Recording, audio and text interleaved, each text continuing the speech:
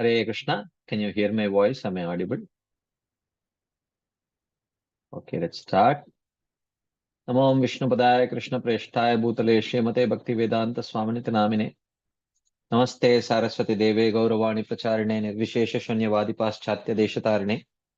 Jai Shri Krishna Chaitanya Prabhu Nityananda Shadvaita Gadadara Shivasadi Gaura Bhakta Vrinda. Hare Krishna, Hare Krishna, Krishna Krishna, Hare Hare. Hare Rama, Hare Rama, Rama Rama, Hare Hare. Hare Krishna. So thank you all very much for joining today's session. We have been discussing from the 14th chapter of Bhagavad Gita. The chapter is titled as Gunatraya Vibhaga Yoga, or the three modes of material nature. So in the 13th chapter, we saw that, what is that 13.22 verse? Karanam Gunasangosya Sadasad Janma Yonishu. Purusha Prakritisto hi Bhunkte Prakritijan Gunan. Karanam Gunasangosya Sadasad Janma Yonishu. It was mentioned that how this Prakriti Purusha or the Prakriti Jiva union happens due to the three modes.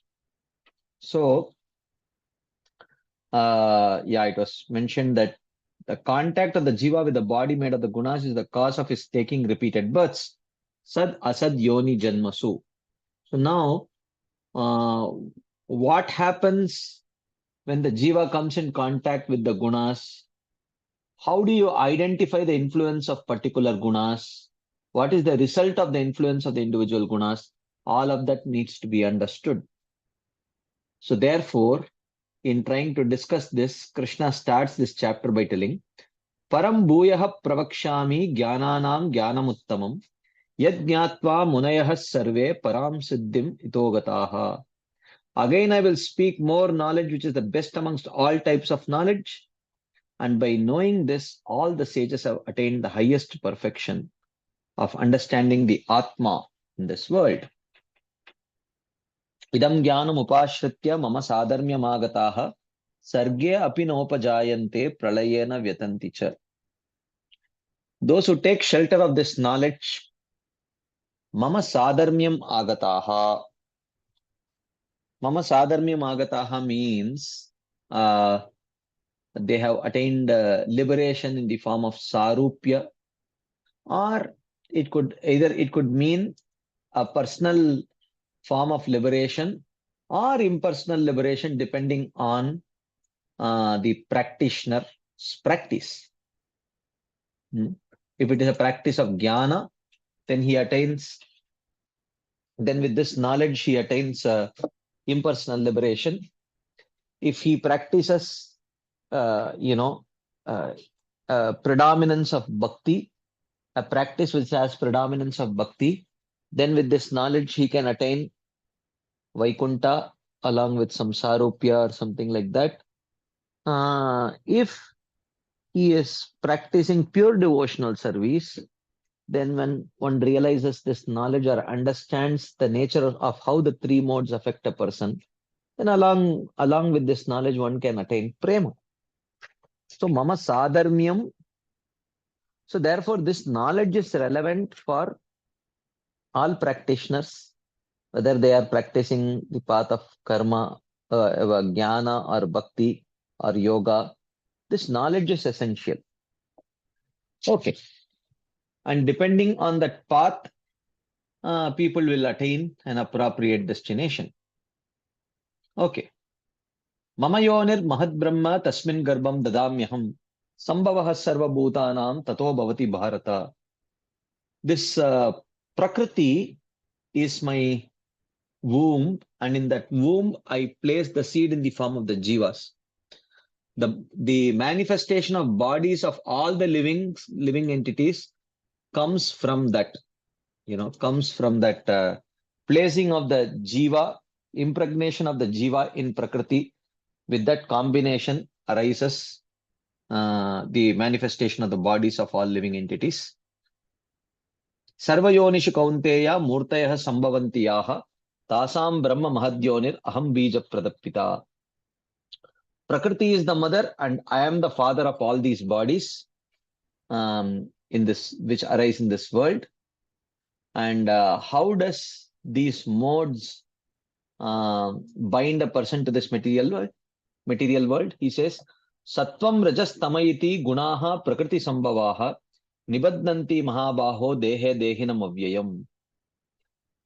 Sattvam rajas tamayiti, the gunas of sattva, rajas and tamas, prakriti sambhavaha. They arise from the prakriti. Nibadnanti avyayam dehinam. They bind this unchanging jiva, dehe, in this body. So actually the modes cannot directly affect the jiva, but when the jiva is identifying with the subtle body being matter, it can be controlled by the three modes. So when the jiva is identifying with the subtle body, through this, by controlling the subtle body, the jiva is controlled. Like that. Tatra sattvam nirmalatvat prakashakam anamayam sukha sangena badnati jnana sangena chanaga. Sattva is peaceful and it gives knowledge because of its relative purity. It binds the jiva with the false conception of knowledge and happiness. Sukha sangena badnati jnana sangena chanaga. This is the way in which sattva binds. Rajo ragatmakam viddhi trishna sanga samudbhavam tan nibadnati kaunteya karma sangena dehinam. And how does Rajogun bind? Rajo ragatmakam. The Rajogun consists of attraction. And this attraction arises from Trishna and Sangha. Trishna means longing for that which we don't have. And Sangha means attachment for that which we have. So this Trishna and Sangha leads to Raga. And this Raga is the chief characteristic of Rajogun. Always constantly thinking about what one is not having or protecting what one already has. So these thoughts bind the jivas by keeping them always active, running around. Karma sangena nibadnati. So you will see a person in Rajogun always very active and running around. Okay. Tamastu ajnanajam viddhi mohanam sarvadehinam pramada alasya nidrabhi tan nibadnati bharata. Understand that tamogun binds, which is produced from ignorance, causes confusion for all living beings in the form of opposite knowledge. There is a sense of attachment to the wrong kind of knowledge. And it binds the jiva with inattention, laziness, and sleep. So inattention, laziness, and sleep are characteristics of the influence of tamogun. Okay. Then finally, summarizing this knowledge, he says, Sattvam sukhe sanjayati rajah karmani bharata jnanam avrityatu tamaha pramade sanjayatyuta. Sattvam sukhe sanjayati. Sattva produces attachment to happiness. Rajah karmani. And Rajogun produces attachment to action. And Tamaha, which covers knowledge, produces attachment to inattention. Pramade sanjayatyuta. In this way, he summarizes how the three modes influence a person. So this is where we ended our discussion last week. So before we start today's discussion, if there are any quick discussion points, comments, questions, we can take before we start today's discussion.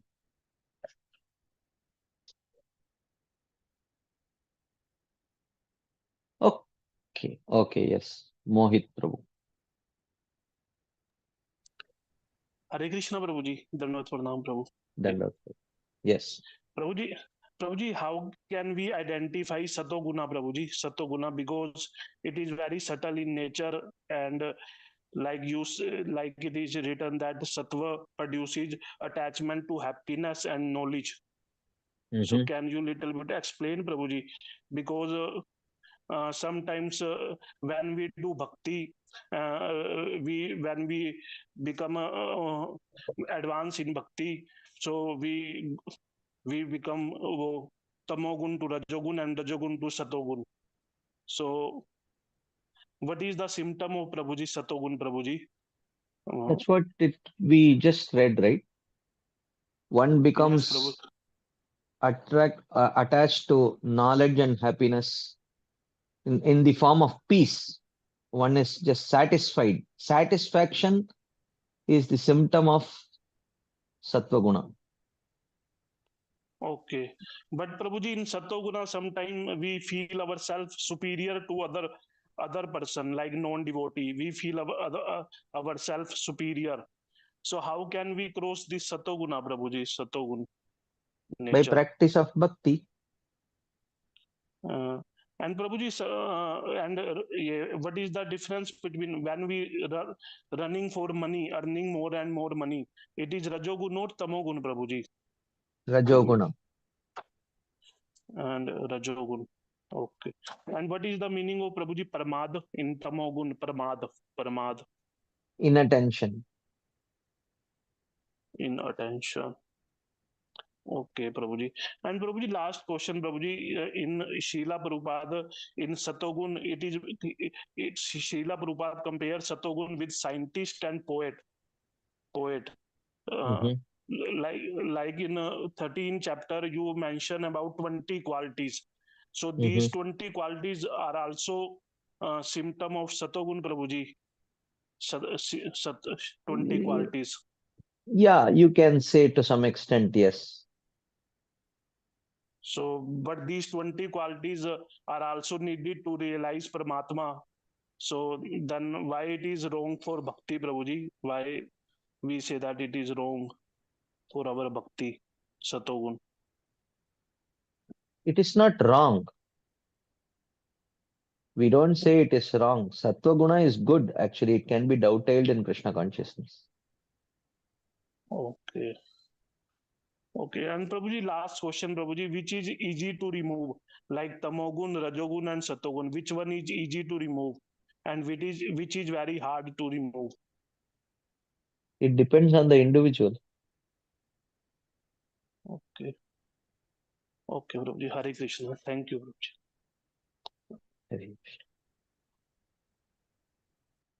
Yes, Shivakumar Prabhu. Hare Krishna, Prabhu, and outcomes. Dandavat Prabhu. Prabhu, the modes, Prabhu, if someone has not taken bhakti, Mhm. through the material education or through their material experience, Mm. is there any chance by which they can elevate the modes, Prabhu? Is that possible at all?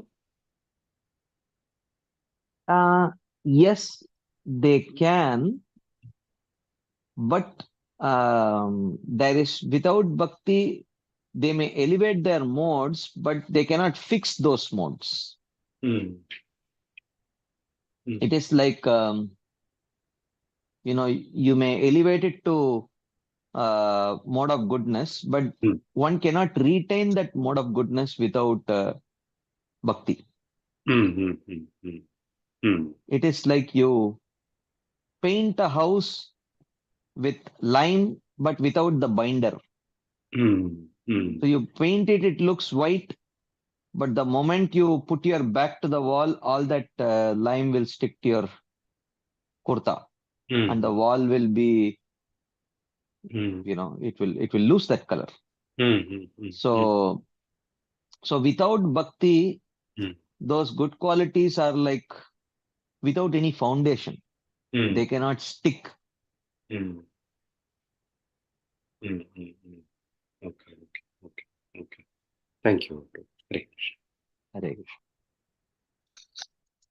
Advaita Murthy Prabhu.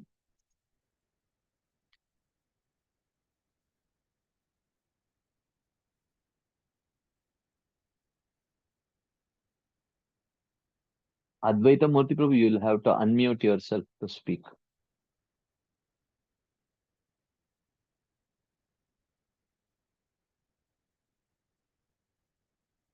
I pressed unmute, Prabhuji. You will have to unmute from your side.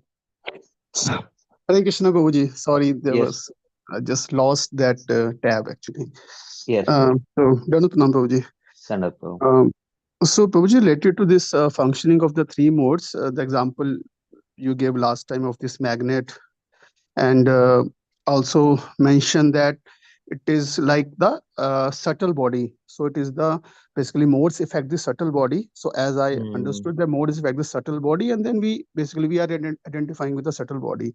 So, my question is that, so in that sense, so so the modes, is it something like some invisible energy affecting the subtle body, or is it like as we also understood that the prakriti is made of three gunas? So in that case, is it like everything, like even at the gross level, as we also understand, like time and places are under different modes? So in that sense, is it so modes only act at the subtle level, or at gross level also? Well, I mean, you do have at both gross and subtle level. I mean, the energy is subtle, but even in gross elements, you do see the action of the modes. Like, for example, you have food in the mode of goodness, passion, and ignorance. If you see, I mean, you can physically see it, eat it, but still the effect is subtle. So in gross objects also the modes are there.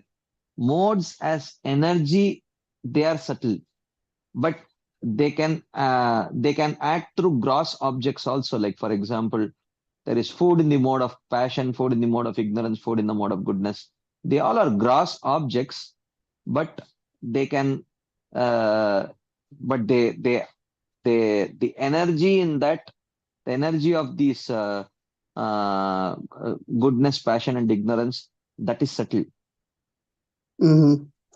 So, Prabhuji, this energy, this subtle energy, so is it fixed? Like, I mean, in the sense, like we see the example of like three colors. Generally, we hear this example. So in that Yeah. case, like these three colors, for example, like I mean, white, black, and red, maybe. So, that's that's a constitutional nature of that color, is of being that color.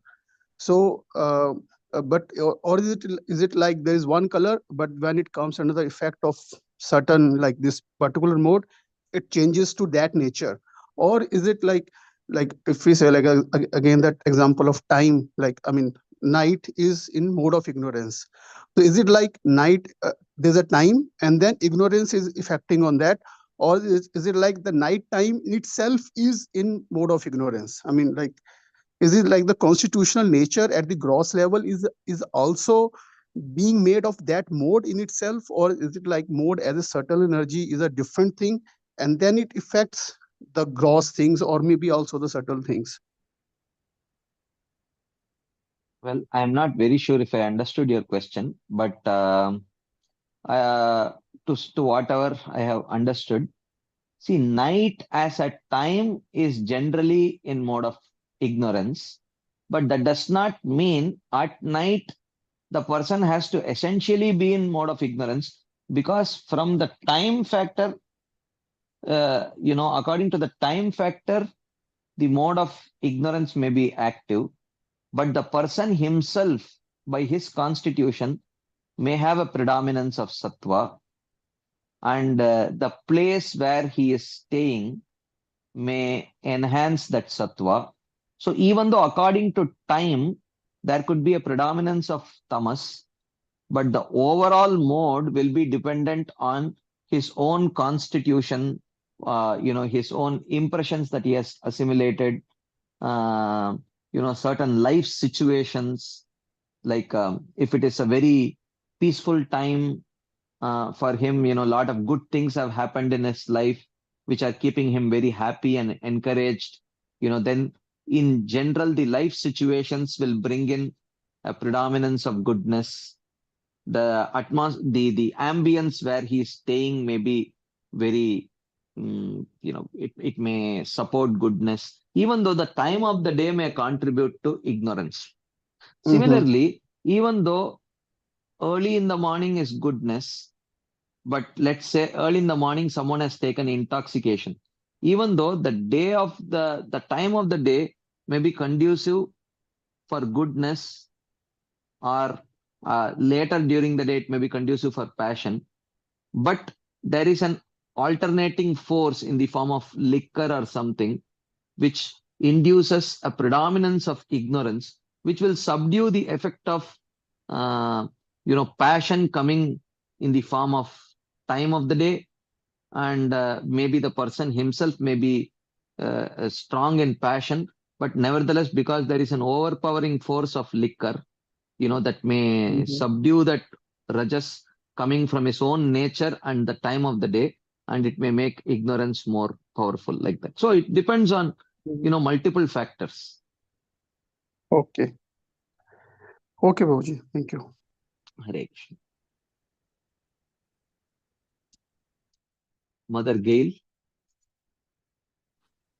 Hare Krishna Prabhu. Yes. Yeah, ma'am. following up on your question, on your answer to this question about, using the mode of goodness or dovetailing it. The analogy you put was the paint, right? If there's no bhakti there, then the mode of goodness won't stick.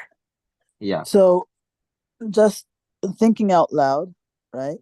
I just want to see if this is correct, that the reason why it won't stick without bhakti is because you'll be doing your activities in service to a fluctuating mind, whereas if you do your activities as a service to Krishna, then, if at least as long as your goal to serve Krishna is fixed, then you'll remain in the mode of goodness.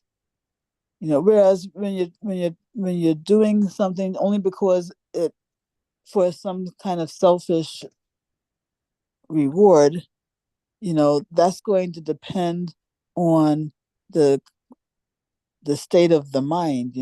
If the mind is liking something at a particular time, it will do it, but if it's not liking something at a particular time, it won't do it. Whereas with serving Krishna, the devotee always wants to serve Krishna, but vasanas are an issue, but at least the devotee will have that, relative stability. Anyway, I know I'm sounding a little convoluted, but I don't know if you get my. Yeah, I'm getting it. But the point is that by practice of bhakti, automatically the influence of Rajogun and Tamogun will start getting subdued more and more, and Sattva will become more prominent. But in others, they don't have a system which will actually address internally the subduing of the lower modes. They are just helplessly dependent on whatever situation they are put in. So if they are put in a situation where there is a predominance of Rajogun or Tamogun, then they don't have a system which will internally subdue the Rajogun and Tamogun that is generated due to the external circumstance. So they are, if currently they may be engaging in Sattva Guna activities, but if they are exposed to more and more external Rajogun, Tamogun, circumstances, then slowly they may start liking the Rajogun, Tamogun thing more. So because they are practically acting on the platform of likes and dislikes, so therefore when their likes and dislikes change, according to Mhm. the modes they're getting exposed to, they will start acting in that direction. So, and there is no system which is inherently capable of subduing the the lower modes that is getting generated in them. So therefore they are helpless, mm, uh, that's the point. Right. That's basically what I was trying to say. Yeah. But at the same time, for the struggling sadhaka, Mhm. right? The system that he has in place is his regular practice of sadhana, right? Mhm. So even though he may be attacked by the modes, Mhm. because that sadhana is in place, Mhm. that sadhana will have over time, it will have the effect of reducing the impact Yeah. of those attacks. That's the idea, huh? Correct. Okay. Thank you, Prabhu. Hare Krishna. It's Keshav Priya Mataji. Taresh, Abhijam, small doubt, Prabhuji. Sattva guna symptom is knowledge and happiness, peacefulness, not Prabhuji. Yeah. So does it mean that this knowledge is, I am not just body, I am soul? Yes, it can refer to that knowledge also, Hmm. or it can refer to even material knowledge. Oh, So it can refer to that also. but that cannot give peacefulness, not Prabhuji. To some extent, A maybe, kind but of, to some extent, yes. yeah, but this knowledge only, at least, though they are put in this material world, they can at least see that I am not suffering. My body is only, I mean, like, I am a soul, my body is only suffering. So at least they can become peaceful, Prabhuji, though they put in some distress, material distress. But other than this knowledge, material knowledge, No, material knowledge maybe very also, minimum. yeah, not in an absolute sense, but Hmm. in a relative sense, one can feel that, yeah, I think I have it figured out. Okay. No, Prabhuji, I these think, poets and all those things, I don't know. So they some sort of, they have understood their souls, Prabhuji, all those people no. like that. No. Sattva-guna Oh, does not necessarily mean you have to have knowledge that you are not this body. oh. That is not necessary. Even, No, Prabhuji, that's uh, very temporary, no, Prabhuji. yeah, Happiness, all modes are yeah. temporary only. No, Prabhuji, the Sattva Guna, without knowledge of being I am a soul, though I mean, that's very, very, because again, they have to face the reality, distress of material world, no, Prabhuji, other distress, other things. Yeah, they will have to So face. that peacefulness cannot be there, no, Prabhuji, for them. Maybe very momentary, maybe for a few hours, like that only, no, Prabhuji, Yeah, because.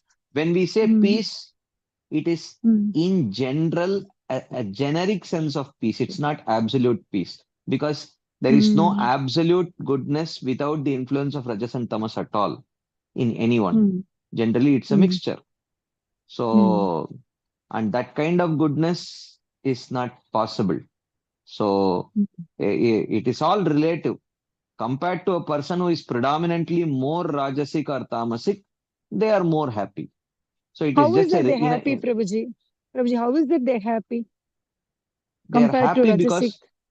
because Mm, a rajasic person who has mm, some material things, he will mm, be greedy for more and more.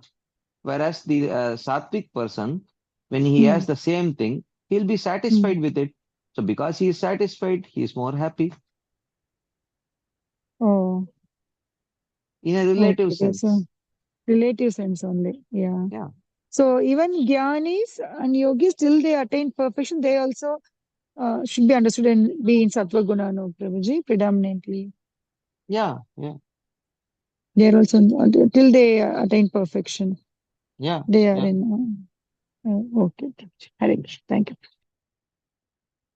Okay. There are some questions in the chat box. Let's take. In the Srimad Bhagavatam, third canto, it is stated that an individual soul after his death is put into the womb of a mother, where he gets a particular type of body under the supervision of a superior power. Therefore, in the material existence, we find so many species like animals, insects, men, and so on. All are arranged by the superior power. They are not accidental. Okay, I don't know. Yeah, I understand, but I don't know what is the context. Okay. Why Srila Prabhupada compares poets and scientists with Sattva-guna? Because probably they are fairly satisfied with uh, their own poetic ability and their knowledge, and their. It's not necessary that all scientists are Sattva Guni, but there may be a predominance of Sattva Guna which keeps them fairly happy and satisfied with their research, and not that they are running after the generic rat race of making more and more money, which is more Rajasic in that sense. I mean, I don't think the scientists of this world are in absolute Sattva-guna. No. It's just a sense of relative um, thing. Okay. This material modes is divine energy or material energy? Yeah, definitely. Material modes means material energy only. Material modes, material energy. Okay. Next question.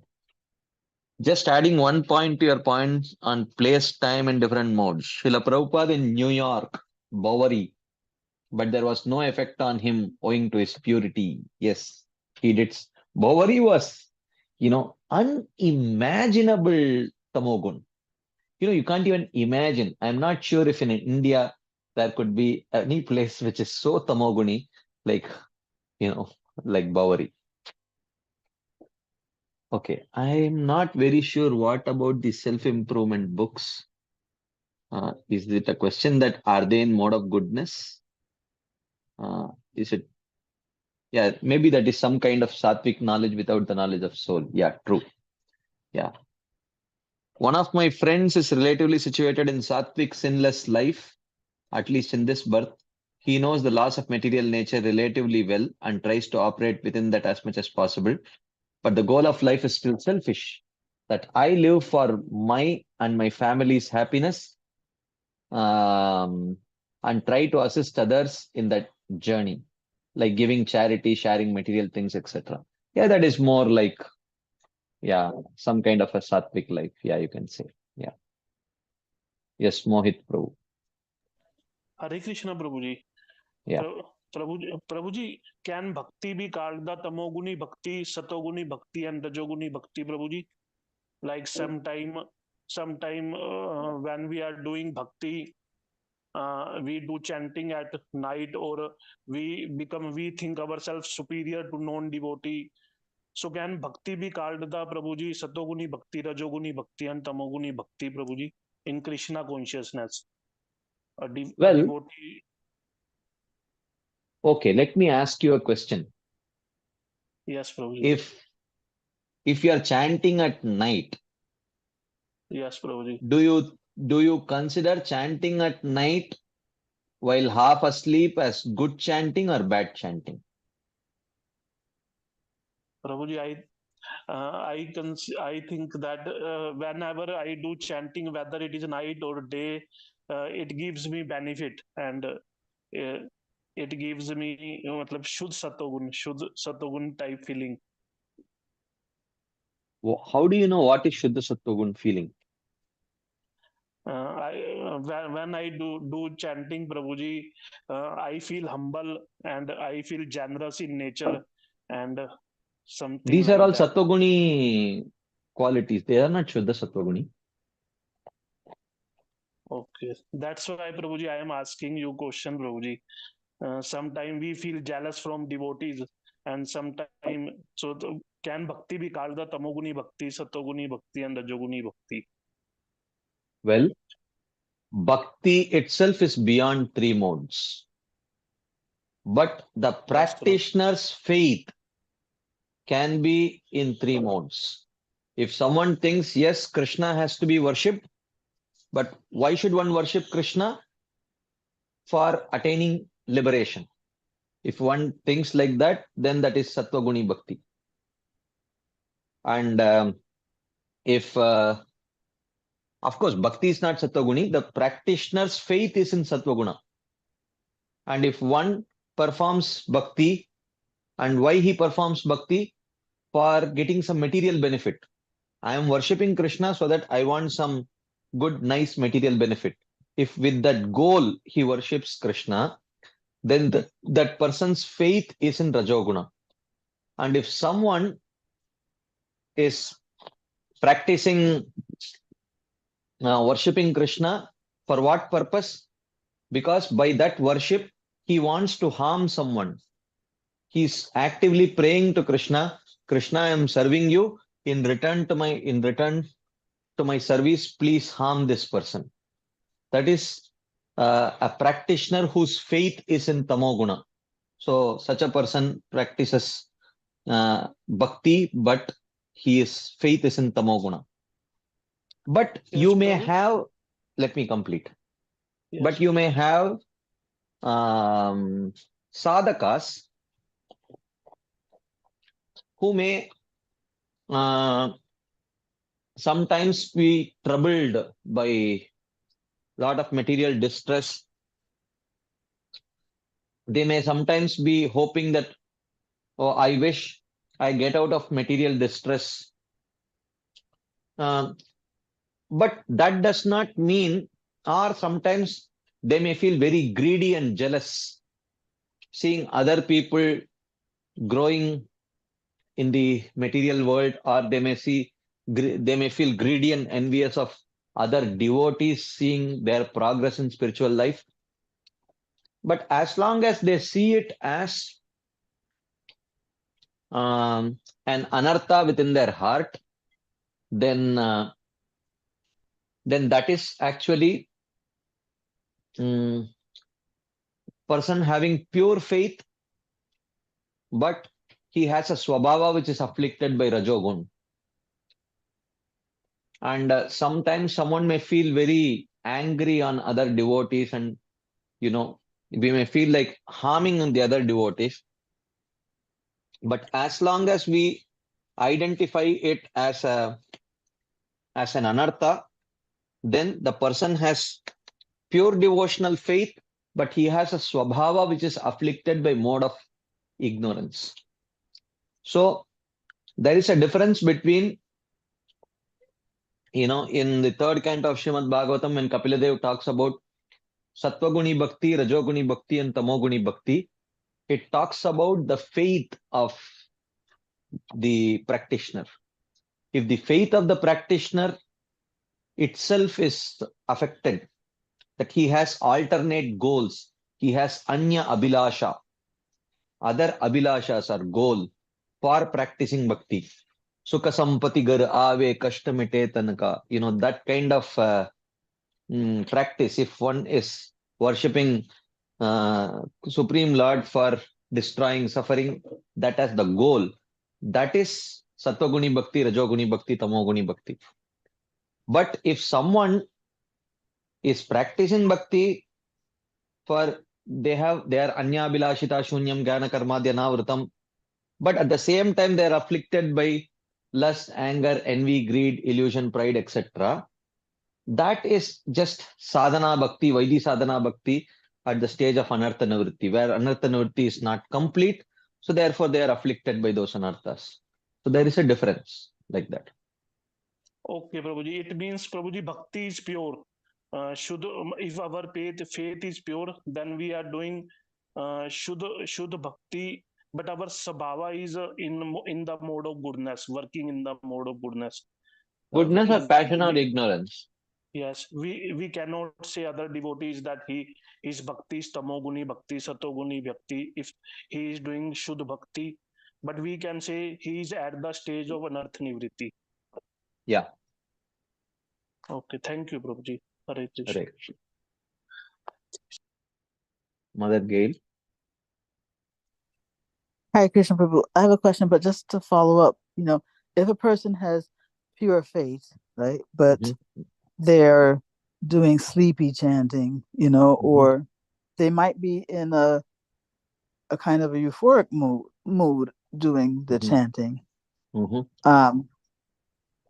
So in that case, the modes are at work, but the Mhm. modes are not affecting the faith, right? The Yeah. modes are simply affecting the person's ability to how the person practices Yeah. Yeah. only. Mm. What would be an example of somebody whose practice is rajasic? Because I mentioned tamasic and maybe mode of goodness, but if it's rajasic, how would that look? Their faith You is mean pure. the faith is The pure, faith is but yeah, but the practice is maybe rajasic. I'm wondering how the- that their chanting their would look. their swabhava is rajasic, like that. Yeah, I mean okay, yeah, and at a particular time, right? Mm. Mm. Because they're being dominated by the mode of passion, their Mm. chanting is coming out in a particular way. How would that Mm. look? It would not look for an outsider. He may not be able to see in others, Mm. but in oneself, one could see that maybe one is constantly planning and you know, Uh-huh. Uh-huh. and Yeah. getting impatient and constantly looking at the counting beads and seeing, Yeah. and Okay. yeah, what is this? Yeah. I want to push on. I have so many things to do, and that Right. Right. impatience and all that. Uh-huh. That is yeah, when the Jogun is very active.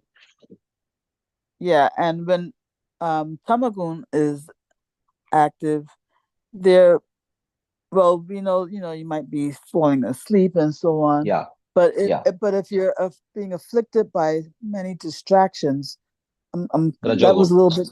That's Rajagun. Yeah. Okay, yeah, I wasn't sure if that was Rajas or Tamas. Hmm. Distractions. Yeah. Okay, just my other question was only about a person being attached to knowledge if they're dominated by the mode of goodness, whether they are devotee or non-devotee. They're attached to knowledge. So this attachment to knowledge means that they feel a sense of fulfillment because of all the knowledge that they have, or they feel a sense of superiority. What is Yeah. that? The sense of The superiority is Rajoguni. The sense of satisfaction is goodness.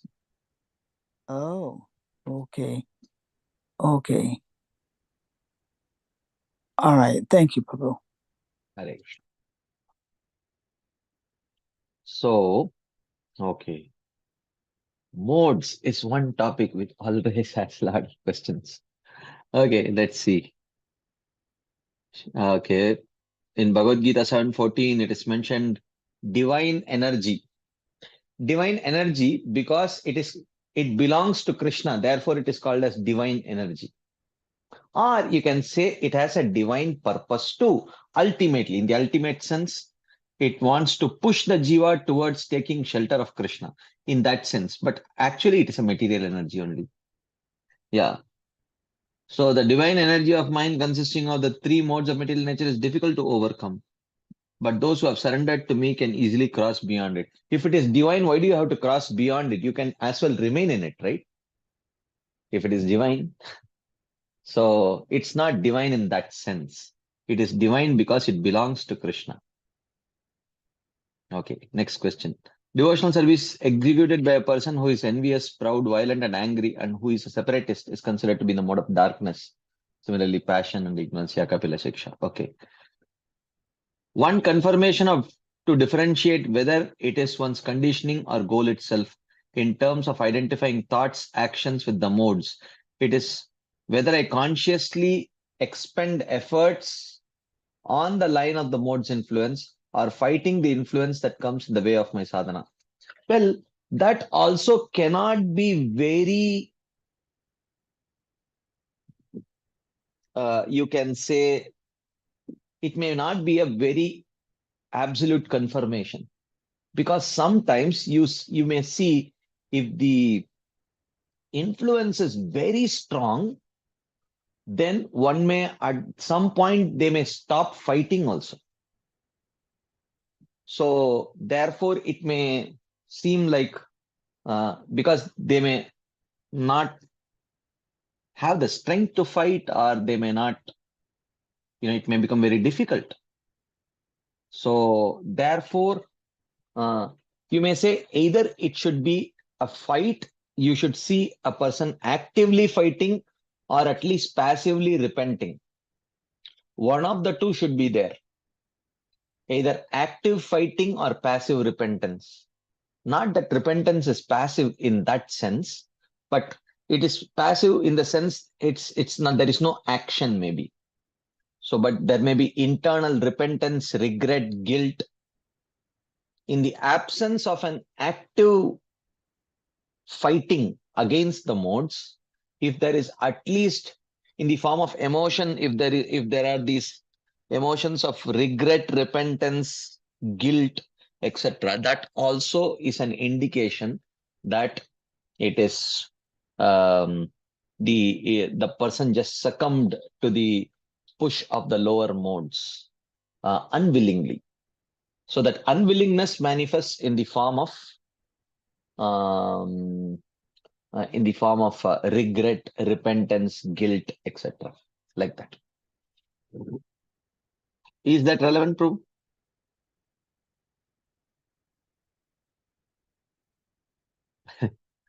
Okay. I am not giving benefit of doubt to the devotee. I am giving benefit of doubt to myself, because these are some reflections, you can say philosophical speculations based on my own struggles. Okay. Which have been confirmed, or at least, from whatever I have read from the writings, you can say, because oftentimes I catch myself, sometimes when it is very strong, when the mode is very strong, at some point you may not even be able to actively fight back. But at least those are the times when you catch at least, these regrets and emotions, so regrets and guilt, that's when you identify, okay, yeah, at least, that regret indicates, guilt indicates that at least I am on the right value system, like that. Okay.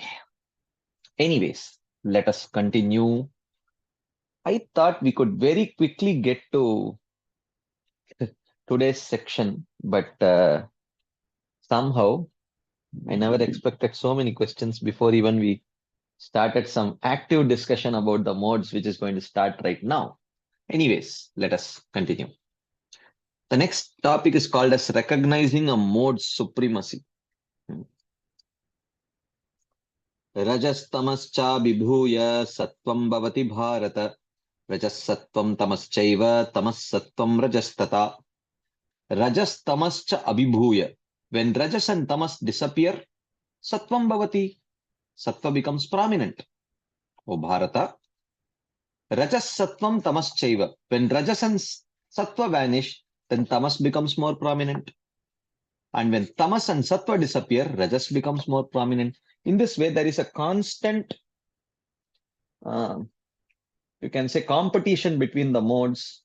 Oftentimes, due to the situation, circumstances, our internal makeup, particular modes may become more predominant. And when they become predominant, they subdue the other modes. Like that. I mean, oftentimes we can catch ourselves, doing that, You go sit in, okay, let me present some hypothetical situations. Okay. You please raise your hands if it has happened to you anytime. Okay. So you think you're prepared fairly well. Okay.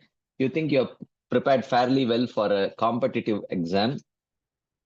You go to the competitive exam and you are remembering everything, the formulas and everything. And you open the question paper. Somehow, the first two questions happen to be those questions which you somehow felt it will never come, but it has come. Okay. You are otherwise quite well prepared,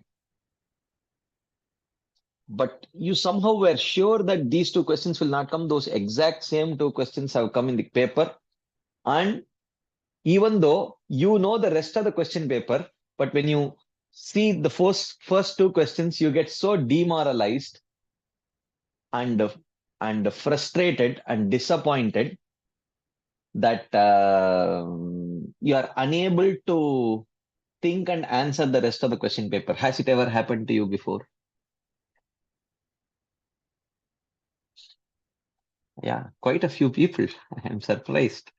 Yeah, this happens, right? You black out on a paper, right? So this is when prior to the paper starts, you are in a fairly peaceful mode. You are satisfied with what your preparation, that is in mode of goodness. Suddenly, when you see the question paper, tamas takes over. Tamas takes over, and then it clouds your kind of, it doesn't allow you to, read the rest of the papers also. Okay. Okay, let's take this only. Has it ever happened to you that you are in an examination and your friends have decided to go for a movie and it is the last exam? Okay, and your friends have decided to go for a movie or a cricket match after the final exam, and you know the answer for, and you have like essay questions, the last few questions, but you are so excited to go to that movie and enjoy that you can't, that you feel so distracted that you end up writing those last few essay questions in a very lousy way. Has it ever happened to you before? It may not be movie, it could be something else. Has it ever happened? At least some of you, right? So this is Rajas subduing Sattva. Okay. So like that, there is always this competition. Rajas tamascha abhibhuya sattvam bhavati bharata. Rajas sattvam tamaschaiva tamas sattvam rajastata. Like that. There is not much explanation for this, but this is oftentimes you do notice this, right? Okay. Sarvadvareshu dehesmin prakasha upajayate jnanam yada tada vidyad vivruddham sattvamithyuta. Yada prakasha, when illumination, how do you identify the supremacy or predominance of particular moods?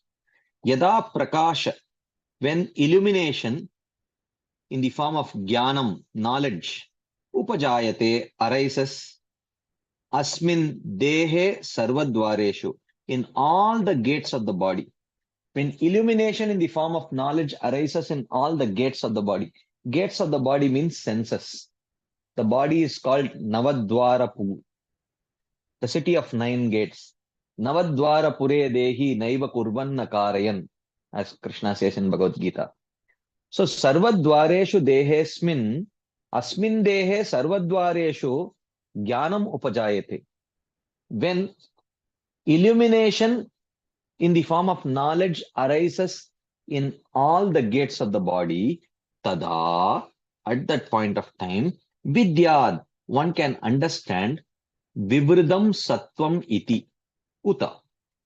At that time, one can understand that there is predominance of sattva.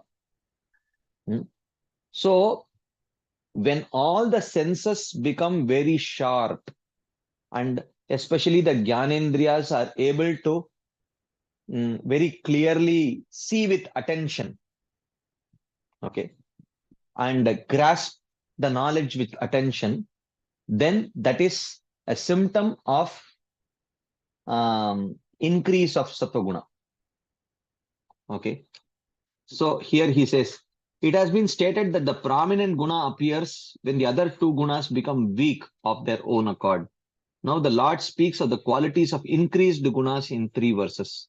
When illumination or knowledge, that is real awareness of things through the sound of the Vedas, appears in all the doors such as the ears, one should understand that there is an increase in sattva through such symptoms of knowledge. When the, like that.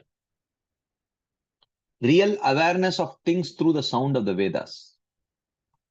The word uta also indicates that there will also be an appearance of happiness arising from the soul. So it is not just knowledge, but it is also happiness. A sense of satisfaction or happiness from that knowledge.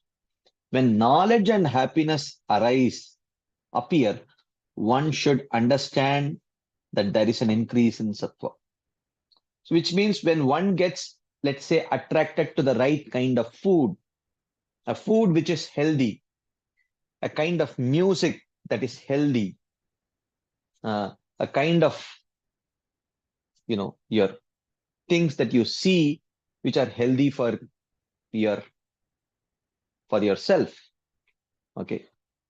And by that knowledge that you acquire through the senses, it gives a sense of satisfaction and not a sense of intense hankering or like that. Then one should understand that there is a predominance of sattva. So that's what here he says, that sarvadvareshu dehesmin prakasha upajayate jnanam yada tada vidyad vivridam sattvam ityuta. On the other hand, when rajas increases, when rajogun increases, then what happens? Lobha, pravrittihi, arambha, karmanam ashamaspruha, rajasi etani jayante vivride bhartarshava. Lobha means greed, attachment to possessions.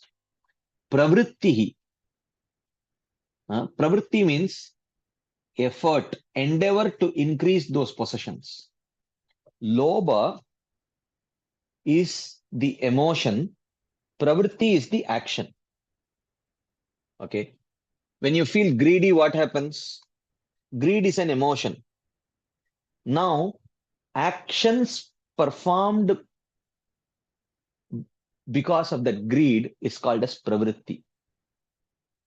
Okay. Lobha, pravritti, arambha. Arambha is when that effort becomes, very strenuous. When that effort becomes very strenuous, you are really pushing yourself hard to fulfill that greed. So these are in 3 levels. Lobha is an emotion. Then lobha leads to pravritti. That is the next level. This is action. Okay. Then arambha is extreme action. These are 3 levels of rajogun. It starts with lobha, then it matures into pravritti, and it completely, explodes into arambha. Maha arambadi anudyamaha. That is one of the 64 limbs of bhakti. One should not be overly enthusiastic for very strenuous undertakings, which may distract one from their basic practice of devotional limbs. So lobha leads to pravritti, pravritti leads to arambha, like that. Lobha pravrittir arambha Karmanam ashamaha spruha. Inability to withdraw the senses from the sense objects and longing for the objects of enjoyment. Ashamaha. Ashamaha means inability to remove the senses from the sense objects. Spruha, due to deep attachment. So spruha here refers to either attachment for things which one has or thirst for things which one wants but does not have. Karmanam ashama spruha. So inability to withdraw the senses from sense objects. That is also a symptom of Rajoguna. Etani jayante. All these things arise. Rajasi vivruddhe. With an increase of rajas, all these things increase. Lobha, pravritti, aramba, karmanam, ashamaspruha. When the senses then finally come in touch with the sense objects, they don't want to give it up. These are the symptoms of, then aramba eventually leads to karmanam ashamaspruha.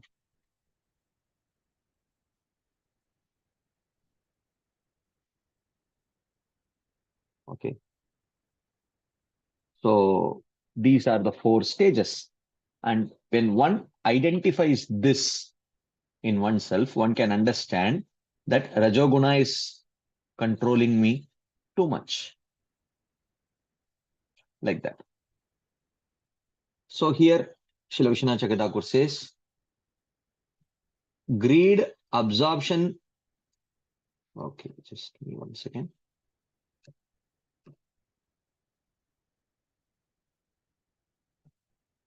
Okay. Greed, absorption in various endeavors, pravrittihi, effort in actions such as building a house, and the non-cessation of enjoyment of objects, ashamaha, and the desire appear with the increase of rajas. So these are the 4 symptoms of the increase of Rajoguna. Lobha, pravrittihi, arambaha, karmanam, ashamaspruha. Rajasyetani jayante vivrude bhartarshaba. How do you identify the predominance of tamas or when tamas is increasing? Aprakasho, apravrittischa, pramado moha evacha, tamasi etani jayante vivrude kurunandana. Aprakashaha, aprakasha, prakasha. Sarvadvareshu dehesmin prakasha upajayate. Prakasha was the symptom of mode of goodness. The opposite of prakasha is aprakasha. Absence of discernment. This is the opposite of that is mode of ignorance. And pravritti means engagement in action to fulfill that greed was the symptom of mode of passion. And apravritti is the symptom of mode of ignorance. So ignorance is opposed to both goodness and passion. Okay. Absence of discernment and absence of effort. Aprakasho apravrittischa, pramadaha, inattention. Moha. Moha means absorption in the false. Aprakasho apravrittischa, pramado moha evacha, tamasi etani jayante. Etani jayante. All these things appear. Tamasi vivruddhe. With the increase of tamas, you see these symptoms. O Kurunandana. Like that. So when mode of ignorance increases, then one cannot discern as to what is right, what is wrong. One is not inspired to put effort. You know, they keep procrastinating, baad mein karenge, like that. And inattention. In the activities which they do, there is no attention. Okay. And there is absorption in the false things. Moha. So these are, when these symptoms manifest, then one can understand that there is a predominance of tamas. Tamasi vivruddhe. So he says, absence of discrimination, accepting sound and other sense objects not approved by the scriptures. That is aprakasha. And then there is absence of all effort, apravrittihi. And then there is inattention. For example, conviction that one does not have anything when holding it in one's hands.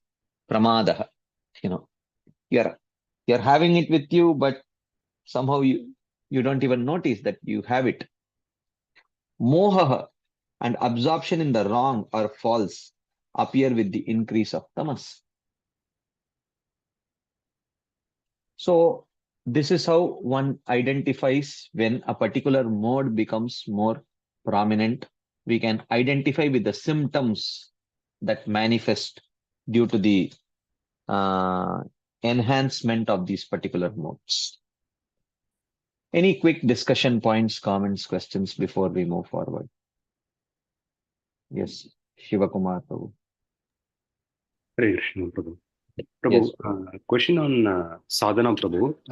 Taking my case, because of my health constraints and my personal situation, the sadhana itself is mostly straining and strenuous, Prabhu. And it seems it is, most of the times it seems it is beyond my reach. But still I am kind of struggling and fighting it out. So should that be understood as influence of Rajas, Prabhu, or how do we? Well,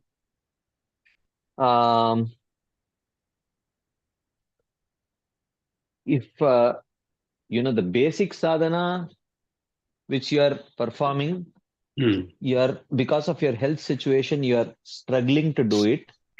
That if that struggle is coming due to a sense of commitment and not any kind of material sense of accomplishment, then that sense of commitment is actually mode of goodness.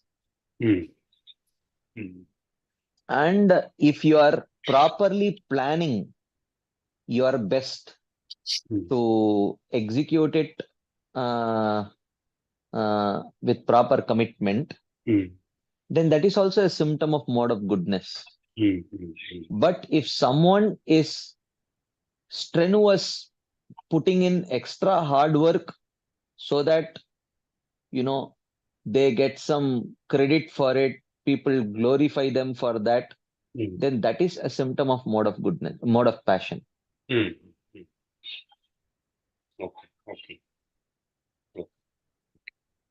Okay. Thank you. Hare Krishna. Mother Gail. Hare Krishna Prabhu, I just need a repetition here. When it came to the mode of passion, it was exhibited by greed, action, intense action, and then the fourth thing was karma or something or other. I don't know. What was that fourth? Karmanam ashamaspriha, which means inability to withdraw the senses once the senses come in touch with the sense objects and the senses start enjoying the sense objects, then one finds it very difficult to remove the senses of the sense objects from the sense objects. Okay. Yeah. Thank you, Prabhu. Hare. Okay, there are some questions, comments in the chat box. Okay. What is the connection between the modes and anarthas? Various anarthas are byproducts of modes only. Like, for example, you can say if we have the anartha of dozing while chanting, that is due to mode of ignorance. If we feel very distracted during our chanting, it is due to mode of passion, like that. So the anarthas means they are desires born out of a predominance of these lower modes, either mostly lower modes. Sometimes it could be due to sattva also. Then that is those kind of anarthas are due to influence of the modes. Okay. If there are no further discussion points, comments, or questions, yes, Shyam Lal Prabhu. Hare Krishna. Yes, Prabhu. Dandat Prabhuji, can you hear Dandat me? Prabhu. Yes, Prabhu, we can hear you.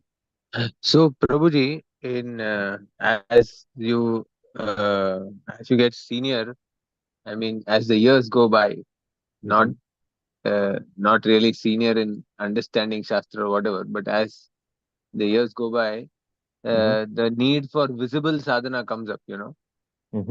So many devotees keep saying visible sadhana, they should be seen, should be seen. So, uh, definitely there is an extra effort that is put to go to the temple or go to the temple and chant with devotees. It's an extra effort. If you're sitting at home and chanting, sometimes the chanting is better because uh, there is no pressure of time. But just for my clear understanding, that should not be considered as rajoguna, no? Because that is an effort that is being done to, I mean, uh, uh, whatever, as seniors advise that you should be seen in the temple, you should be. So, of course, there is an extra effort because you can do it peacefully at home, but uh, so just how do we understand that? Well, if the need for visibility is because I don't want anyone to think bad of me, I want everyone to think good of me. If that the endeavor for visibility is for such considerations, then that endeavor can be Rajoguni. But if that visibility is to inspire others, even though it may be inconvenient for me, and if that visibility is because seniors told, my seniors advise that it is important to inspire others and to inspire oneself at least once a week. You should come to the temple and sit in the temple and chant with the other Vaishnavas. Or if you are in Mira Road, if you may have to every day go to Giridhari temple and chant, something like that. So Correct. so we have to see what is the impetus for that endeavor for visibility. If the impetus is coming from always a need to be seen as very good devotees by others, then that could be Rajoguni. But if that impetus is coming because the advice of the seniors and also to set the good example for others, then that endeavor is good, proper endeavor. Okay, right. Just one more question that Yeah. I mean, when we go through these descriptions, even in the beginning, from the initial days to say 20 years down the line, you still feel that the Rajoguna part, all those, inability to withdraw your senses and those things still exist. And so, of course, we keep hearing that you keep just doing sadhana, just continue your sadhana, and this will, uh, it will get better. It will improve. It will improve. Yeah. Now, the question arises: uh, uh, how do we know that these are the symptoms that that is clearly indicated? And I mean, at least in my case, I can understand very clearly that this Rajoguna part is quite prominent. It was prominent even during my student days. It's still prominent. Now, how do we, or at least how do we know that the direction in which we are going? is the right direction. I mean, the other day you were speaking of that surface. What was that? Surface. Impression management.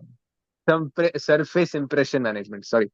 Yeah. So, i- i- i- is there some logical connection with that, or you know, uh, basically, how do we know that it may seem a very long track, Delhi Mhm. बहुत दूर है, but Mm, at least that the direction in which I'm going is right. correct. Yeah, that is why Prabhupada always says Guru Sadhu Shastra. So we constantly keep taking guidance. Okay, if it is there in Shastra, but I am not very sure, uh, how it is exactly applicable to me, then one can always approach the Guru or the Sadhu and seek some guidance and say that, I am not seeing tangible improvement. Is it that I am not improving, or is it that I am having unrealistic expectation from the sadhana, that I am thinking that, if I do good sadhana now, within, 3 months, I should be completely free of the influence of Rajogun. Is it like that? So one could always seek guidelines. So sometimes the seniors may give us reassurance that no, yeah, you are in the right direction, but just that you are expecting the results too fast. It doesn't happen so fast, but keep doing. Or sometimes they may say, well, you must have seen tangible results must have come, but if you are not seeing it, maybe something is wrong. Maybe you're doing something wrong. Maybe could it be some offenses, or could it be something else? Like that, they may try to guide us. So ultimately, if the injunctions of the Shastras are not clear, if you are not able to see its practical application in our personal life, we can always seek guidance from the other senior Vaishnavas and say, what is this? Am I in the right direction? Just that I may have some unrealistic expectations, or is it that I'm not progressing at all due to some reasons, or maybe I'm doing something wrong? Like that, we could always take guidance. Okay. Senior guidance. That is the only way you know that your direction is right. Yeah, Okay, bro. Thank you. Thank you so much. correct. Okay, something in the chat box. Is that a possibility that the loosening of attachment can happen inside without us noticing it externally? Yeah, it can happen sometimes also. It can definitely. The more we progress, uh, the more purification happens, the more clearly we may start noticing the finer and finer impurities which are there within us. यथा यथात्मा परिमृज्यते सौ मत्पुण्यगाता श्रवणाभिदानैः ततस्तथा पश्यति वस्तु सूक्ष्मं चक्षुर्यथैवाञ्जन संप्रयुक्तम्. It is mentioned. To the extent the heart becomes purified, to that extent we will be able to see impurities which we were not seeing previously. So therefore, it is quite possible that even though the person is undergoing advancement and purification, but he has also parallelly developed the ability to see finer dust. Okay. So there is a constant sense of, the purification has not happened. That could also happen. That is also possible, that even though purification has happened, but the person feels that, sufficient purification has not happened because he has developed a more finer ability to see the finer impurities. So that could also be the case. That's why the more advanced people become, they always see there is more scope for improvement, because uh, uh, because of their ability to see more finer impurities like that. Okay. Now let us move on to the next section, which is acting and dying within the modes. Okay. So Krishna continues. Yada sattve pravruddhe tu pralayam yati dehabrit tadottama vidam lokam amalan pratipadyate. Yada, when sattve pravruddhe, when there is a predominance of sattva, dehabrit, in the person, pralayam yati, and if he dies with the predominance of sattva, tada, then pratipadyate, he attains amalan lokan, the pure planets, uttama vidam, of the worshippers of Brahma. Tada uttama vidam lokan amalan pratipadyate.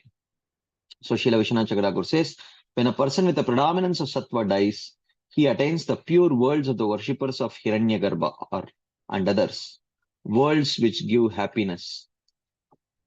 Okay, like Swarga and the other worlds. The word Uttama Vidam means of those who attain the supreme.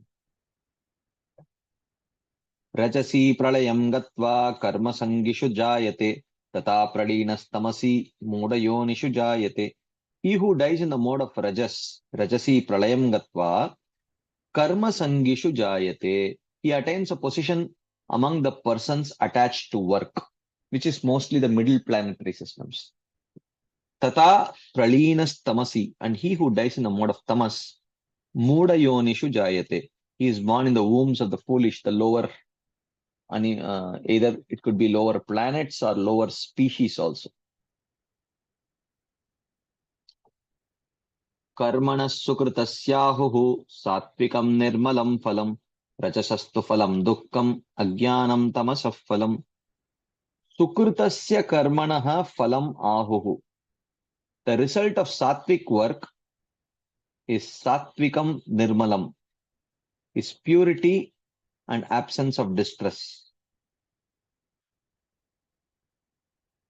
Okay.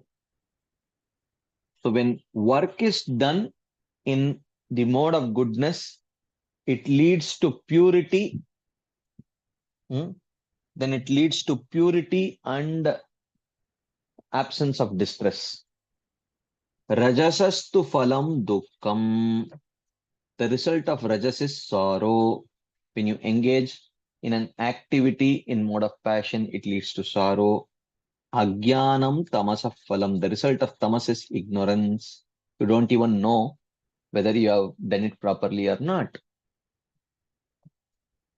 The result of sattvic work is purity without distress. The result of rajasic work is sorrow. The result of tamasic work is senselessness or unconsciousness. Ajnanam tamasah phalam. Like that. Then he says, Sattvat sanjayate jnanam rajaso loba evacha pramada mohau tamaso bhavato ajnanam evacha. Sattvat sanjayate jnanam. Knowledge arises from sattva. Rajaso loba evacha. Greed arises from rajas. Pramada mohau ajnanam evacha. Inattention, confusion and ignorance, tamaso bhavatah, they arise from tamas. Knowledge from sattva, greed from rajas, inattention, confusion and ignorance from tamas. Okay. Urdvam gachanti sattvasta madhye tishtanti rajasaha jaganya guna vrittista ado gachanti tamasaha. Urdvam gachanti sattvasta. Those situated in sattva go to the higher planets. Madhye tishtanti rajasaha. Those in rajas remain in the world of humans. Jaganya guna vrittista. Those of the lowest guna, Jaganya guna means the lowest of the guna, which is tamasa, which is tamo guna. Ado gachanti, they go to hell. According to the amount of sattva, one can go upwards to Brahmaloka. Those in Rajoguna dwell on the human plane. And those of the lowest guna with tamasic behavior, like inattention and laziness, they go to hell. Okay. This is this topic of acting and dying with the modes. Okay. Any quick discussion points, comments, questions, anything anyone would like to share, ask, add?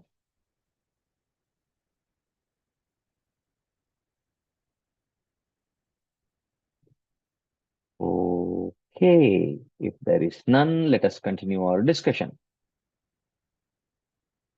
Okay. Now, the next topic is about transcending the modes.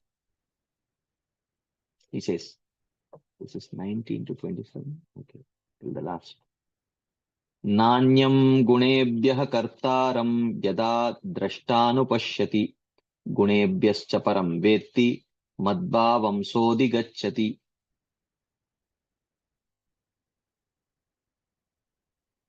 Okay, so he says yada drashta anupashyati. Okay, there is a very relevant question in the chat box based on the topic that we have discussed. Okay, what about sadhakas? Sadhakas who die in the mode of passion, will they go to the higher planets or will they take human birth? So when we are talking about sadhakas, once they have taken up to bhakti, these principles of death and afterlife do not apply to devotees. The only principle that applies to devotees is neha vikramanashosti pratyavayo na vidyate swalpamapyasya dharmasya trayate mahato bayat. So that is the principle which applies to devotees. Okay. So if they had practiced even little bit of bhakti before giving up their body, then a human birth is guaranteed. That is what we should understand. So these principles of dying in mode of passion, goodness, ignorance, these things do not apply to devotees. This is for ordinary people.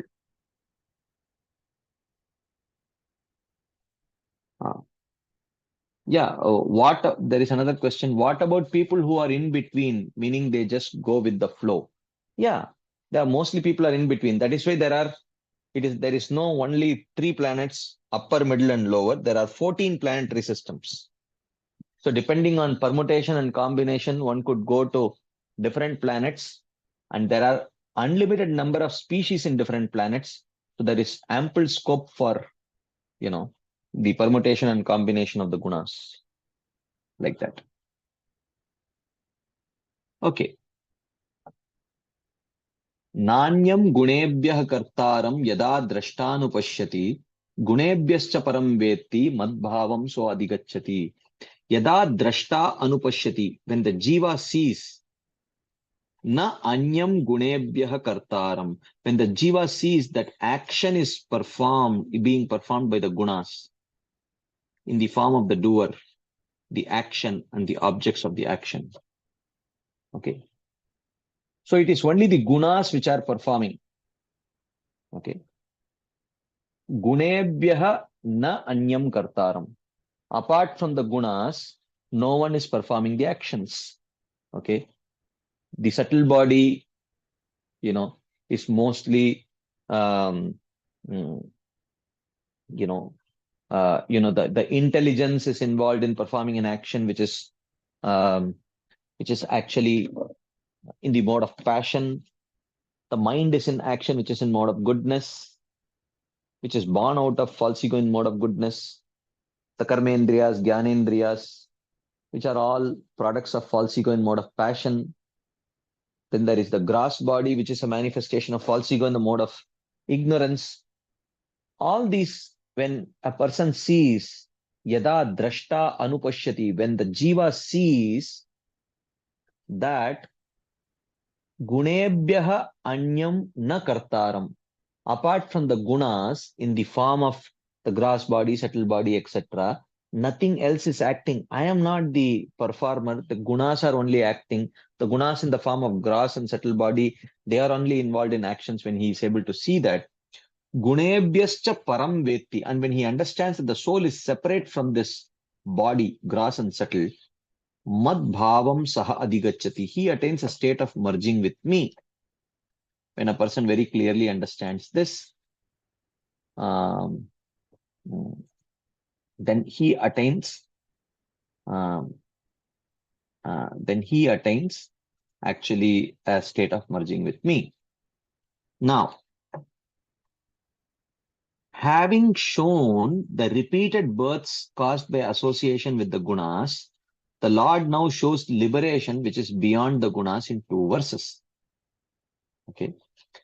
When the jiva does not observe any other doer than the gunas, which change it into the form of agent, the action and the object, when he realizes that only the gunas are always the doers and knows that the soul is separate from the gunas, the jiva attains merging with me. Knows means realizes here, not just theoretical knowledge, but practical realized knowledge. When he reaches that realized knowledge, then he attains the impersonal liberation. It should be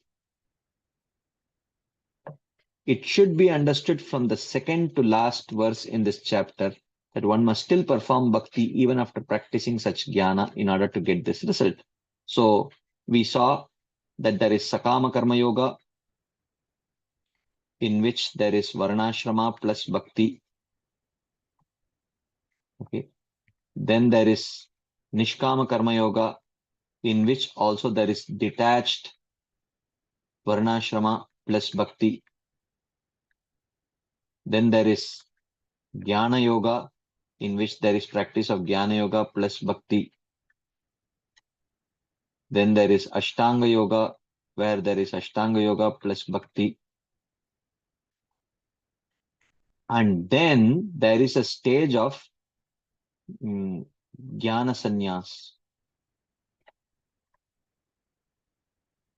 where this Ashtanga Jnana, all limbs are given, where there is only bhakti.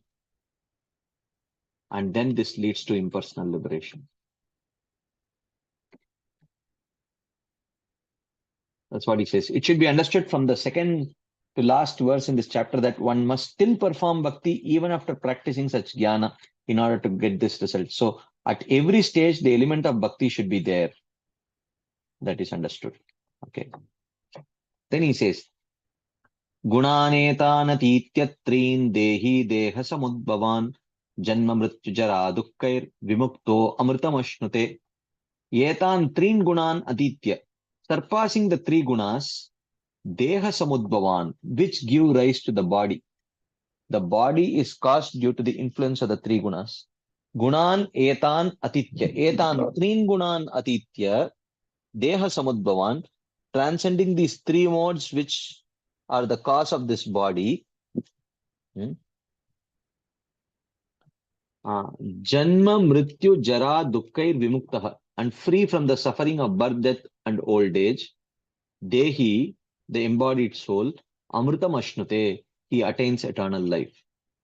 So in this way, surpassing the gunas only, so here very basic, Krishna says, if you surpass the gunas, then you can attain eternal life. That's what he says. So how he can surpass the gunas is not given yet. So that person is beyond the gunas. That is explained in this verse. Okay. Any quick discussion points, comments, questions? Anything anyone would like to share, ask, add? Okay. If there is none, then let us. Okay. Yes, Shivakumar Prabhu. Hare Krishna. Prabhu.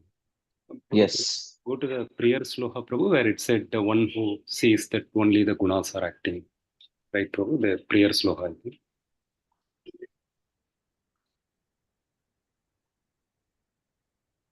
Okay, yeah. So here, Prabhu, when the jiva sees that the action is being performed by the gunas, can that be understood that he should be at least predominantly in Sattva, Prabhu, to see the action of the gunas itself? Is that a right understanding? Yeah. But still, although he is predominantly situated, still he is under the influence of Rajas and Tamas also, right, Prabhu? He is not completely free from the gunas. Yeah. And in that state, Prabhu, then I am not able to understand how is he even qualified for liberation, Prabhu, because he seems to be still under the influence of all three modes, right? Technically, I mean, keeping aside the proportion or the distribution of it. Yeah, he will. He will first transcend the two lower modes, and while in Sattva, predominantly in Sattva, when he gives up the practices which are in Sattva Guna, like the practice of Jnana Yoga, Ashtanga Yoga, etc., then what is left is only Bhakti Yoga.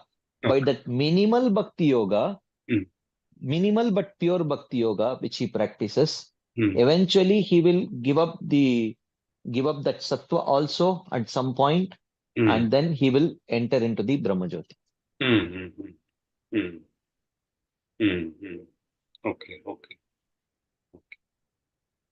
Okay. Thank you. Okay. Now, at this point of time, Arjuna asks some questions. He says, Arjuna uvacha kairlingaistrīn gunanetan atito bhavati prabhu kimacharah katam chetam strin gunanati vartate. O Prabhu, my dear Lord, kairlingaihi, by what symptoms? Etan trin gunan atito bhavati. By what symptoms is a person known to be beyond the three gunas? How do I identify a person who is beyond the three gunas? Kairlingais trin gunanetan atito bhavati prabho. Kim acharaha? What is his conduct? Katam cha etan trin gunanati vartate. How does he surpass the gunas? What is the process by which he surpasses the gunas? These are the questions asked by Arjuna. How, by what symptoms is a person to be known to be beyond the three gunas? How do I identify a person that he is beyond three gunas? What is his conduct? How does he conduct himself? And by what process does he surpass the three gunas? Okay, three questions asked. So he says, this is the same question asked in the chapter 2, Sthitapragyasya ka bhasha. If you remember, Sthitapragyasya ka bhasha samadhistasya keshava kimacharah katam. Sorry. I'm sorry. I mixed these two verses. Sthitapragyasya ka bhasha samadhistasya keshava Sthitadir kim prabhasheta kimasita vrajeta kim. That is the verse. Okay. However, out of extreme desire to know, Arjuna asks again, even though he had asked this question in the second chapter and he was given an answer, but still out of extreme desire to know, Arjuna asks again the same question. One question is, by what symptoms should one understand a person is beyond the gunas? Kair lingaihi, what are the symptoms? And the second question is, what is his behavior? Kim acharaha. And the third question is, what is the means of attaining transcendence of the gunas? What is the process which he should follow to transcend the gunas? When Arjuna asked this question in the chapter 2, he did not ask how a person could transcend the gunas. The third question was not asked. Okay. But now he asked this question also. That is the difference. In the second chapter, he had asked only for the symptoms and behavior. Okay. But he did not ask how one could overcome the three gunas, the means of overcoming the influence of the three gunas. That was not asked. Here he is asking. So that is the difference between these two. So now, Krishna starts answering these questions. He says, Shri Bhagavan uvacha prakasham cha pravrittim cha moham meva cha pandava nadveshti sampravrittani nanivrittani kankshati. Na dveshti, one who is beyond the gunas, does not lament sampravrittani, the appearance, prakasham cha pravrittim cha moham evacha. Prakasha is the appearance of mode of goodness. Pravritti is the mode of passion. Moha is the mode of ignorance. Prakasham cha pravrittim cha moham eva cha pandava. Nadveshti sampravrittani na nivrittani kankshati, and does not rejoice in their disappearance. One who has actually transcended the three modes, they do not lament the appearance of these illumination, activity, or confusion, nor do they rejoice at their disappearance. This is the first symptom. Krishna answers the question, what are the symptoms of one who is beyond the gunas? Illumination, prakasha, is the effect of sattva guna, as mentioned previously in the verse, sarvadvareshu dehesmin prakasha upajayate. Absorption in various projects, pravritti, is the effect of rajoguna. Absorption in the false, moha, is the effect of tamoguna. These three words are representative of all the other qualities of the respective gunas. When the symptoms of these three gunas manifest, okay, in that person, he who does not lament when all these effects of the gunas, illumination, absorption in activities, and absorption in falsity appear suddenly, nor rejoice when the effects of the gunas disappear, is said to be beyond the gunas. When the opportunity, when there is a situation which enhances sattva or rajas or tamas, he is not affected by it. And when it goes away, he does not rejoice it. That is the symptom of a person who is beyond the three gunas. The last phrase of verse 25, sa gunatita uchyate, is understood to apply to all the verses preceding. So one who is a gunatita is not affected when in the external circumstances, when there is an enhancement of sattva or rajas or tamas, he does not become disappointed, and when that recedes, he does not rejoice. He is neutral. Using the neuter gender in the word sampravrittani is poetic license. So this is the answer given by Krishna. And then further he says, Udasina vadasino gunairyo na vichalyate gunavartanta ityevam yovatishtati ningate. Gunair yo na vichalyate, one who remains unmoved. Vichalyate means to move. Vichalit hona, to become disturbed. Gunair yaha na vichalyate, one who remains unmoved by the gunas, manifesting outside, of course. Udasina vadasinam, who is situated indifferently. Yaha avatishtati na ingate, who remains without action. Guna vartanta iti evam, understanding that only the gunas are acting. He is said to have surpassed the gunas. When there is an external manifestation of the gunas, he remains absolutely indifferent, unmoved, and he does not respond to the increase or decrease of the gunas externally, understanding that, it is only the gunas which are acting. With that realization, if he remains non-responsive to the increase or decrease of the gunas, such a person is said to have surpassed the gunas. So he's talking about the symptoms. Krishna answers the second question about the conduct of the person who is beyond the gunas in verse 23 to 25. In the three verses, he talks about the conduct of the person who is beyond the gunas. He who is not disturbed by the effects of the gunas in the form of happiness and distress, who does not move from his swarupa as Atma, who remains silent, knowing that the gunas alone are giving these effects. I have no relationship with this happiness and distress, who does not strive for the bodily needs, is said to be beyond the gunas. We will see 2 more verses and then we will pause for some discussion points. What is the time? 48. How many slides are there?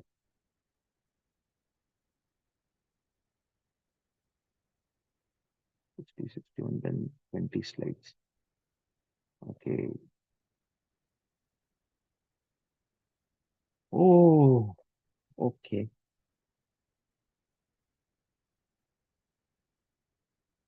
What should we do? I think next session will be a short session, I guess, because I don't want to start a new chapter. Or could we pause and okay, let's take a call on that next week. Okay, no problem. Okay. Samadukka sukha swastha samaloshtasma kanchanaha tulya priya priyo dhiras tulya nindatma samstutihi manapamanayost tulyas tulyo mitrari pakshayoho sarvaramba parityagi gunatitas sa uchyate. Swastha, he who is fixed in his swarupa. Sama dukkha sukha, he is equal in sorrow and joy.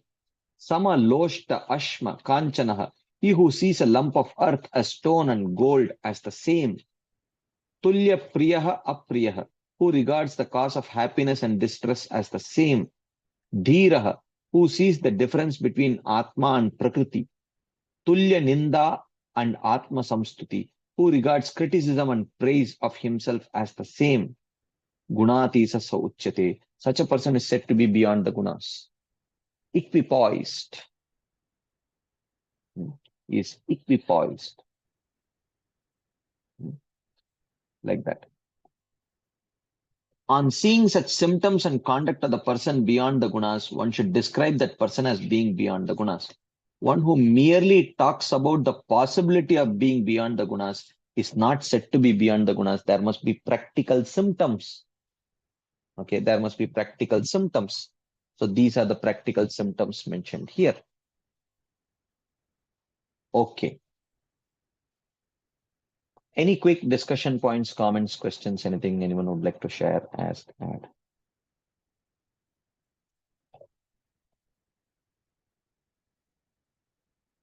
Okay. If there are no further discussion points, we have 2 more verses, but I think it's long. We have like 20 slides left. I don't think it's possible. So one who is beyond the gunas, does he not get affected by hunger, thirst, sleep also? Well, basically, whatever is needed to maintain the body and soul together, that much bare minimum he may do. It's so that much he will do. That is a Jivan Mukta. That much he will do. So he may get little hungry. He may identify that, yes, my body needs some food and I need my body to perform my sadhana. So that much he understands. But he is not that he becomes dysfunctional if he does not eat like that. Yes, Shivakumar Prabhu. Correct. So can you just go to that 22, 25 sloka, Prabhu, the symptoms of the person who has crossed the modes? Yeah. That's Prabhu. So here, is that one? Sorry, 22, Prabhu. 22, I think 22, 23, I guess, the one.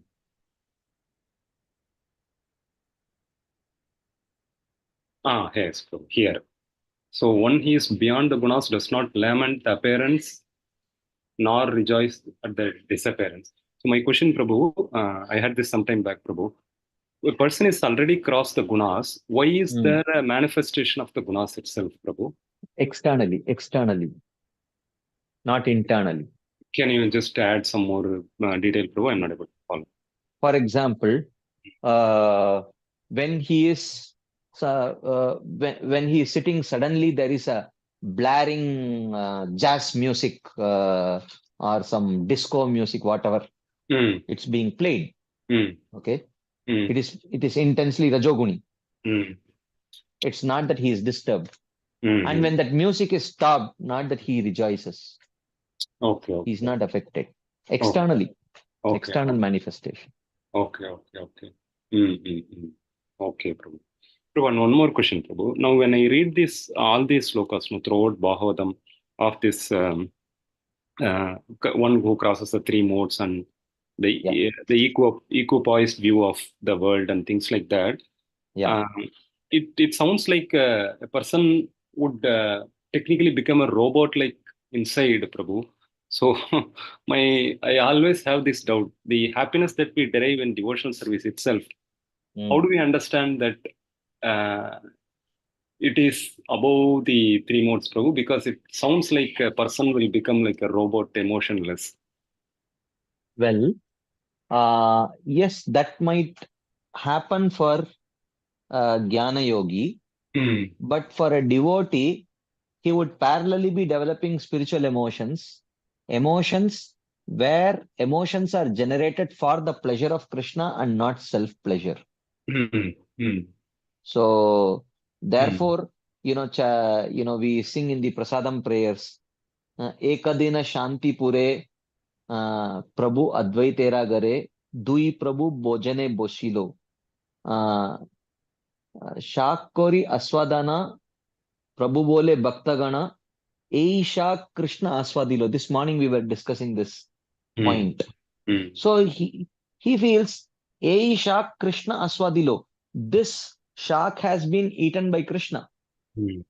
Heno shark Aswadane Krishna Prema Aise Mane.